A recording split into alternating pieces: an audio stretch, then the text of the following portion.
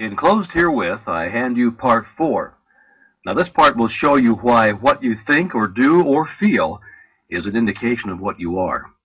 Thought is energy, and energy is power, and it is because all the religions, sciences, and philosophies with which the world has heretofore been familiar have been based upon the manifestation of this energy instead of the energy itself, that the world has been limited to effects while causes have been ignored or misunderstood. For this reason we have God and the devil in religion, positive and negative in science, and good and bad in philosophy. The master key reverses the process. It is interested only in cause, and the letters received from students tell a marvelous story. They indicate conclusively that students are finding the cause, whereby they may secure for themselves health, harmony, abundance, and whatever else may be necessary for their welfare and happiness.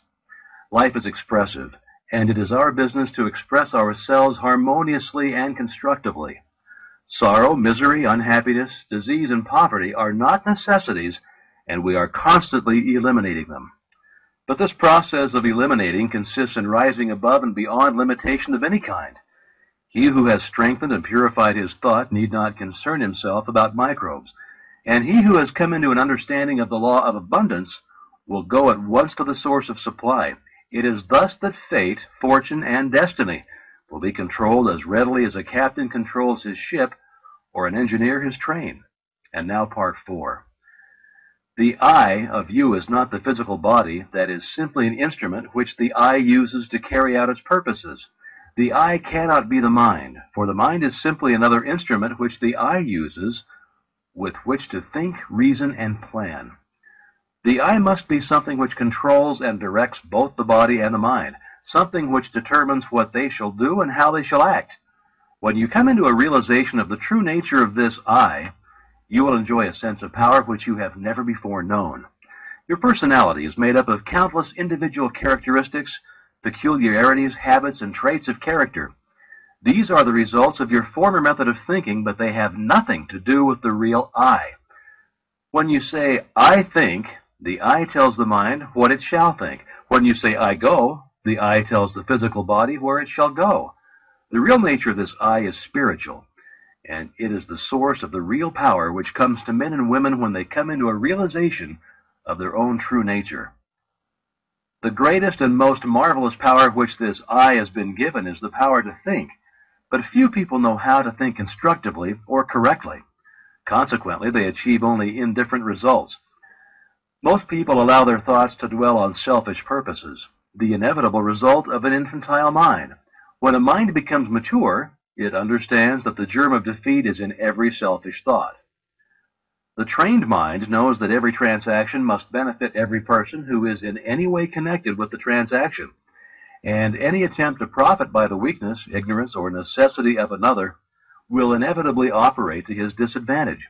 Now, this is because the individual is a part of the universal. A part cannot antagonize any other part, but on the contrary, the welfare of each part depends upon a recognition of the interest of the whole. Those who recognize this principle have a great advantage in the affairs of life. They do not wear themselves out. They can eliminate vagrant thoughts with facility. They can readily concentrate to the highest possible degree on any subject. They do not waste time or money upon objects which can be of no possible benefit to them. Now, if you cannot do these things, it's because you have thus far not made the necessary effort. Now is the time to make the effort. The result will be exactly in proportion to the effort expended. One of the strongest affirmations which you can use for this purpose of strengthening the will and realizing your power to accomplish is, quote, I can be what I will to be, end quote. Every time you repeat it, realize who and what this I is. Try to come into a thorough understanding of the true nature of the I. If you do, you will become invincible. That is provided that your objects and purposes are constructive and are therefore in harmony with the creative principle of the universe. If you make use of this affirmation, use it continuously night and morning, and as often during the day as you think of it, and continue to do so until it becomes a part of you. In other words, form the habit. Unless you do this, you'd better not start at all, because modern psychology tells us that when we start something and do not complete it, or make a resolution and do not keep it, we are forming the habit of failure, Absolute, ignominious failure. If you do not intend to do a thing, do not start it. If you start, see it through, even if the heavens fall. If you make up your mind to do something, do it. Let nothing or no one interfere with the I that you have determined. The thing is settled, the die is cast, and there is no longer any argument.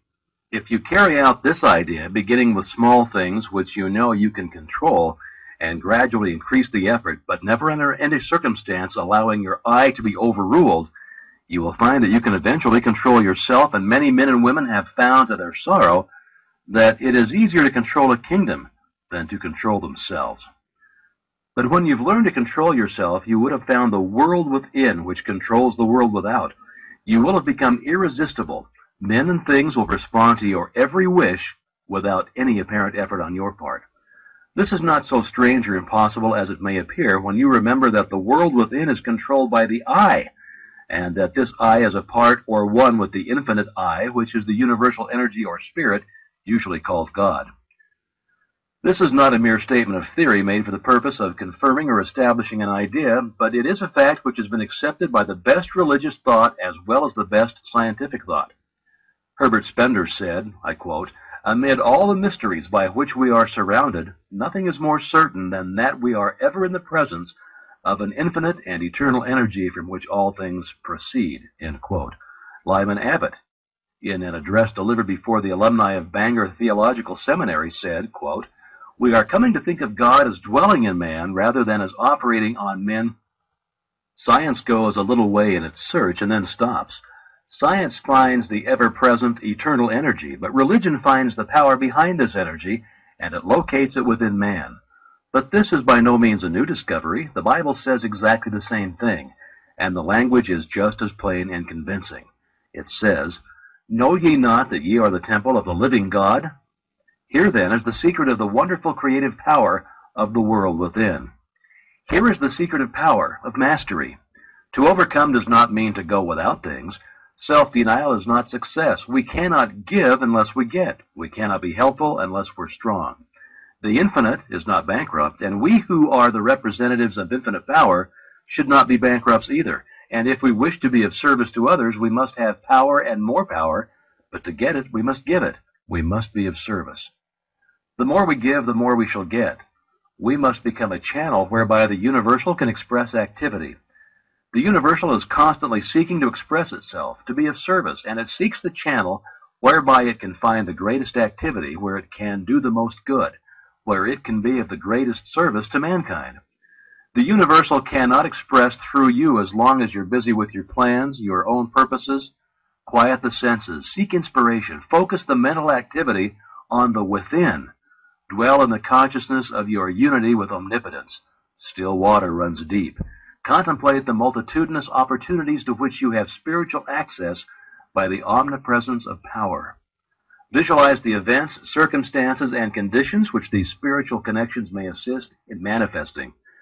Realize the fact that the essence and soul of all things is spiritual, and that the spiritual is the real, because it is the life of all there is. When the spirit is gone, the life is gone. It is dead. It has ceased to exist. These mental activities pertain to the world within, to the world of cause and conditions and circumstances, which result are the effect. It is thus that you become a creator. Now this is important work, and the higher, loftier, grander, and more noble ideals which you can conceive, the more important the work will become. Overwork or overplay or over-bodily activity of any kind produces conditions of mental apathy, and also stagnation, which makes it impossible to do the more important work, which results in a realization of conscious power. We should, therefore, seek the silence frequently. Power comes through repose. It is in the silence that we can be still, and when we are still, we can think, and thought is the secret of all attainment. Thought is a mode of motion and is carried by the law of vibration, the same as light or electricity. It is given vitality by the emotions through the law of love. It takes form and expression by the law of growth. It is a product of the spiritual I, hence its divine, spiritual, and creative nature. From this it is evident that in order to express power, abundance, or any other constructive purpose, the emotions must be called upon to give feeling. How may this purpose be accomplished? This is the vital point. How may we develop the faith, the courage, and the feeling which will result in accomplishment? The reply is by exercise. Mental strength is secured in exactly the same way that physical strength is secured, by exercise. We think something, perhaps with difficulty the first time. We think the same thing again, and it becomes easier this time. We think it again and again. It then becomes a mental habit. We continue to think the same thing. Finally, it becomes automatic. We can no longer help thinking this thing that we are now positive of what we think. There is no longer any doubt about it. We are sure that we know. Last week I asked you to relax, to let go physically. This week I'm going to ask you to let go mentally. If you practice the exercise given you last week, 15 or 20 minutes a day, in accordance with the instructions, you can no doubt relax physically, and anyone who cannot consciously do this quickly and completely is not a master of himself. He has not obtained freedom. He is still a slave to conditions. But I shall assume that you've mastered the exercise and are ready to take the next step, which is mental freedom. Now this week, after taking your usual position, remove all tension by completely relaxing, then mentally let go of all adverse conditions like hatred, anger, worry, jealousy, envy, sorrow, trouble, or disappointment of any kind. You might say that you cannot let go of these things, but you can. You can do so by mentally determining to do so, by voluntary intention and persistence. The reason that some cannot do this is because they allow themselves to be controlled by the emotions instead of by their intellect. But those who will be guided by the intellect will gain the victory. You will not succeed the first time you try, but practice makes perfect. In this, as in everything else, you must succeed in dismissing, eliminating, and completely destroying these negative and destructive thoughts, because they are the seed which is constantly germinating into discordant conditions of every conceivable kind and description. There is nothing truer than that the quality of thought which we entertain correlates certain externals in the outside world.